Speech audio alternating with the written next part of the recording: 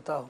खलील भाई कुछ इलाज वगैरह जो पूछे गए उनकी तरफ। सल्लल्लाहु अलैहि हबीब सल्लल्लाहु तआला अला मुहम्मद सल्लल्लाहु अलैहि वसल्लम। अल्लाह पाक हमारे मरीज़ों पर नज़र रहमत फरमाए, आमीन, आसानियाँ फरमाए। सर जुशांदे के हवाले से पूछा तो इसमें एक तो ये है कि आसान से अगर आप कुछ बनाना चाहते हैं तो जब सर्दी की अच्छा उनका ये था कि वो जुशांदा बताया जिसको जोश कम देना पड़े, ये था जी। बदनी फूल जो रिक्वायरमेंट थी वो 4 से 1 कप ना हो। हाँ 4 से 1 कप ना हो। देखिए हर चीज़ का अपना अपना एक अंदाज होता है। जैसे किसी ने कहा कि शेर बना दे, वो शेर बनाने लगा तो उसने कहा कि मुझे तकलीफ़ हो रही। ऐसे ही एक फ़र्ज़ी बात है कि वो हाथ पे ये एक आयत है जी वो मुख्तसर सा अर्ज़ कर रहा हूँ कि वो शेर बना दे तो उसका कुछ जब तकलीफ़ हुई तो वो कह रहे हैं ये क्या है, बोले शेर की दुम है, बोले ये हटा दो। तो उसके बाद फिर वो जब वो आगे कुछ बनाने लगा तो उसके बाद जब उसको फिर तकलीफ़ हुई उसने कहा ये क्या है, बोले शेर की टांगें बना रहा हूँ। तो कहा कि इसको भी हटा दो, तकलीफ़ बहुत हो रही है। तो फिर बाद में जब आगे बढ़ा तो उसने कहा ये क्या, बोले शेर का सर है। तो बोले इसको भी हटा दो, बोले बचा क्या। तो फिर ऐसा ही है कि अगर आपने कुछ सही एक इलाज बता दें।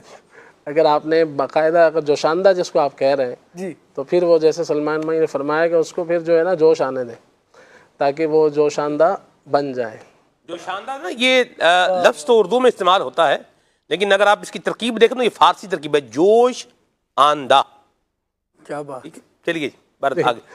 तो आसान सा ये है कि बादों का सर्दी की वजह से अगर बलगमी जैसे खांसी वगैरह होती है, इस तरह का नज़ला होता है तो उसके लिए एक है 6 ग्राम 6 ग्राम आप जो है ना वो ले लीजिए मेथी दाना और उसके अंदर 12 ग्राम गुड़ शामिल करके इसको पका लें और इसको इस्तेमाल कर लें।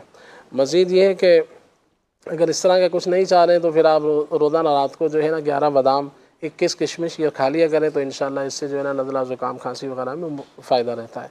मज़ीद ये भी है कि इसके लिए जैसे थोड़ा सा आप अदरक का रस निकाल लें, उसमें से जैसे यूँ कह लें कि 1/4 चम्मच के आसपास, और थोड़ा सा आप शहद शामिल कर लें 1 चम्मच और उसमें काली मिर्च छिड़क लें।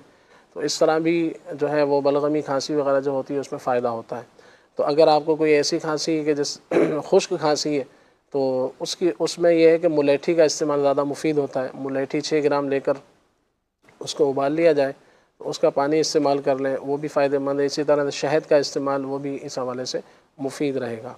तो ये किशमिश बादाम वाला जो अर्ज़ किया है ये बहुत ज़्यादा मुफीद है, बच्चों को बड़ों को सभी को दे सकते हैं और मुस्तकिल इसका इस्तेमाल किया जाए तो फिर ये जो सर्दी वगैरह में जो इस तरह की कैफियत हो जाती है तो इसमें मुफीद रहता है इंशाअल्लाह। घर के अंदर भी आप थोड़ा सा 1 पाव शहद ले लें, उसमें आधा ग्राम ज़ाफ़रान का पीस के शामिल कर लें तो ये भी बच्चों को चटाते रहें, ख़ुद भी आप इस्तेमाल करते रहें तो इससे भी इंशाअल्लाह जो सर्दी की बीमारियाँ उससे हिफाजत रहने की इंशाअल्लाह उम्मीद है इंशाअल्लाह। कब्ज़ के हवाले से इलाज पूछा तो कब्ज़ के लिए है कि आप इसके लिए जो बेहतर अंदाज़ वो ये है कि पानी का इस्तेमाल ज़्यादा किया जाए, सब्ज़ी फ्रूट का इस्तेमाल ज़्यादा किया जाए।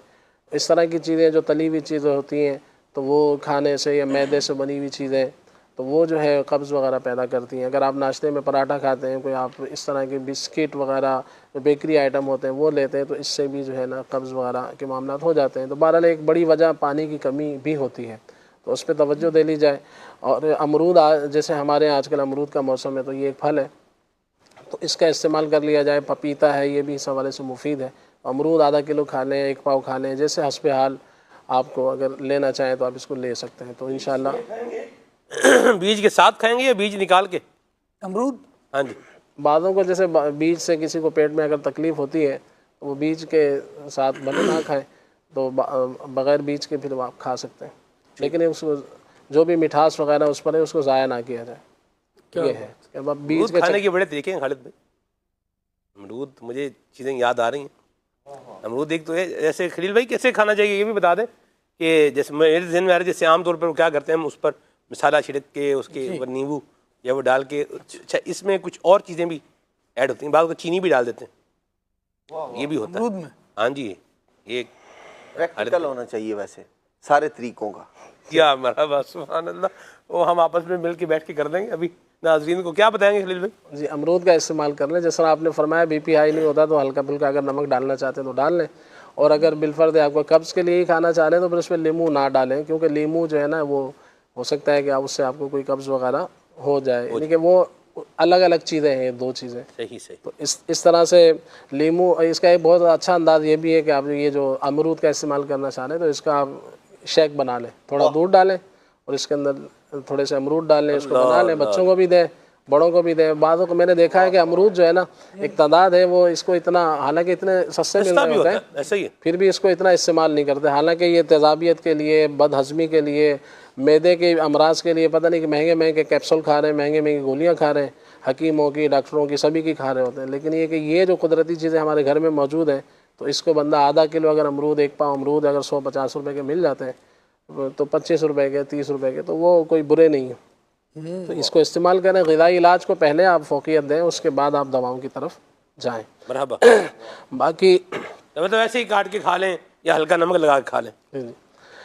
मज़ीद पूछा था कि अगर गर्मी हो जाए मैदे में फिर क्या किया जाए, तो उसके लिए ये है कि मुलेठी थोड़ी सी ले लें आप, 10 ग्राम सौंफ ले लें, 10 ग्राम इस्मागुल की भूसी, इन 2 चीज़ों को आप पीस लें, मुलेठी को और सौंफ को, और इसके अंदर 10 ग्राम बाद में जो है ना इस्मागुल की भूसी शामिल कर लें। तो ये अगर खाने के बाद थोड़ा थोड़ा आप लेते रहें तो ये इंशाल्लाह मुफीद रहेगा। बाकी मुलेठी कौन सी मुलेठी, मुकश्शर या गैर मुकश्शर? आप इसकी वज़ाहत फरमा दें। मुकश्शर फरमाए कि छिली हुई। जी जी जी बताएं। तो छील कर ले लें तो भी ठीक है, अगर कभी बगैर छीले भी इस्तेमाल कर लें। वैसे ये कहा जाता है कि छील के इस्तेमाल करना मुफीद है। और मैं ये भी अर्ज़ करूँगा कि आप धो लें उसको, क्योंकि ये मार्केटों से आती है, पता नहीं कौन कौन मुल्कों से आती है, कौन कौन से शहरों से आती हैं चीज़ें। फिर ऐसे लेके आप दुकान, कभी भी आपको दवा पिसवानी हो तो हर दवा जो है वो धोई नहीं जा सकती, लेकिन हर दवा को साफ़ तो किया जा सकता है। तो इसलिए जब भी आपको दवा कोई पिसवानी हो तो आप एक काम करें, पहले उसको घर लेकर आएँ, उसको अच्छी तरह से साफ़ करें, धोने के काबिल है। जैसे दालचीनी है उसको धोया जा सकता है, मुलेठी को धोया जा सकता है, धूप में सुखा लें, उसके बाद उसको जो है ना फिर आप पिसवा लें। अगर डायरेक्ट जाते हैं दुकानदार के बाद भाई इसको पीस दो, तो फिर वो बाद वक़्त होता है बोरी से निकाली मिक्स और उसको फौरी पीस दिया, तो उसके अंदर बहुत कुछ हो सकता है। तो मिट्टी भी है, तो कंकर भी है, तो मैंगनियाँ भी बाद वक़्त होती हैं। मज़ीद ख़ारिश का इलाज अर्ज़ कर देता हूँ कि 5 साल से ख़ारिश है, अल्लाह पाक आपको शिफ़ा दे, सेहत तंदुरुस्ती दे। इसके लिए या सलामों का विर्द करते रहें। रूहानी इलाज भी आपने पूछा, चलते फिरते तो अल्लाह ने चाहा तो इससे फ़ायदा होगा। 3 चीज़ें आप लिख लीजिए। नीलोफ़र, वैसे तो बनी बनाई कई एक दवाएं होती हैं, वो भी ले सकते हैं हर्बल के एतबार से। अगर आप ख़ुद बनाना चाह रहे हैं तो नीलोफ़र, गुले नीलोफ़र, ये नीलोफ़र एक फूल होता है, तो ये गुले नीलोफ़र ये फूल होता है, तो ये खुश्क आपको मिल जाएंगे पंसारी की दुकान से। आप 100 ग्राम ये ले लें। और उनाब के नाम से एक जड़ी बूटी है, वो गोल गोल बेर की तरह होते हैं, तो 100 ग्राम ये ले लीजिए। और गुल मुंडी के नाम से एक जड़ी बूटी है, ये भी छोटे छोटे पीस होते हैं गोल, तो ये भी 100 ग्राम ले लीजिए। इन तीनों को आप जो है वो पीस लीजिए, इसके उनाब की गुठली निकाल लें, इन तीनों को पीस लें और फिर सुबह शाम आधी चम्मच इस्तेमाल करें तीनों टाइम, तो इंशाल्लाह फ़ायदा होगा। बाकी रहा के गर्म चीज़ें खाते हैं तो फिर उससे जिस्म में तकलीफ़ हो जाती है, तो वो तो ज़ाहिर बात है कि जैसी आपकी पोजीशन है, जैसे आपकी कैफियत है, उसके एतबार से जो चीज़ें आपको मुवाफ़िक है वो इस्तेमाल करें।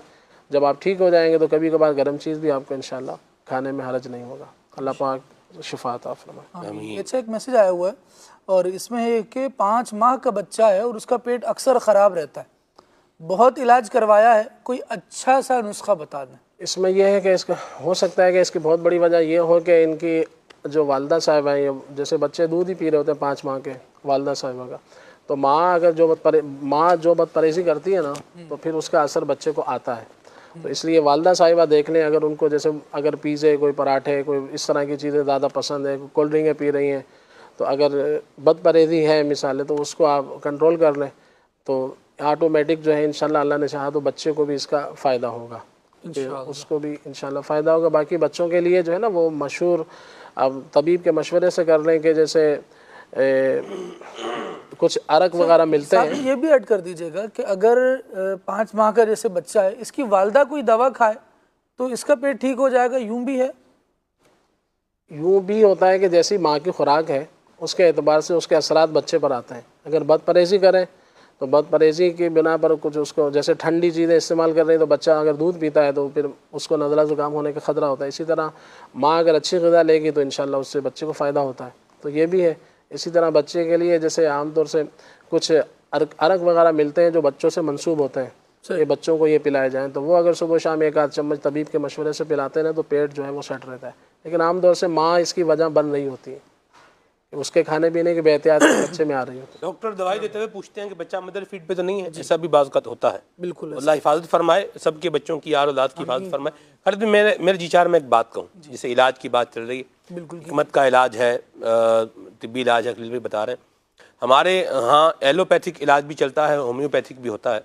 ऐसा है। तो अगर किसी तजर्बाकार, पढ़े लिखे और अच्छे होम्यो डॉक्टर से भी अगर आप जो है वो दवाई लें, होम्योपैथिक दवाई भी लें, और वो भी इस्तेमाल करवाएं, एक तो इसको इस्तेमाल करना आसान होता है और कदरे ये सस्ती भी होती है।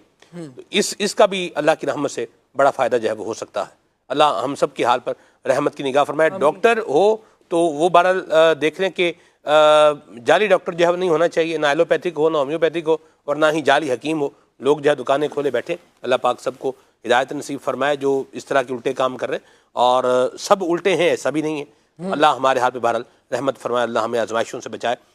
एक बात तो है खालिद भाई कि जिनका बच्चा बीमार हो जाए तो वो घराना तो बीमार तकरीबन, वो भी रूटीन डिस्टर्ब, हर चीज़ यानी आपकी ज़िंदगी एक डिस्टर्ब हो जाती है। तो हम अल्लाह पाक से आफ़ियत का सवाल करते हैं। अल्लाह हमें भी और आप जो नाज़रीन चैनल देख रहे हैं, अल्लाह आप सबको भी आफ़ियत और सलामती का अता फरमाए। आमीन।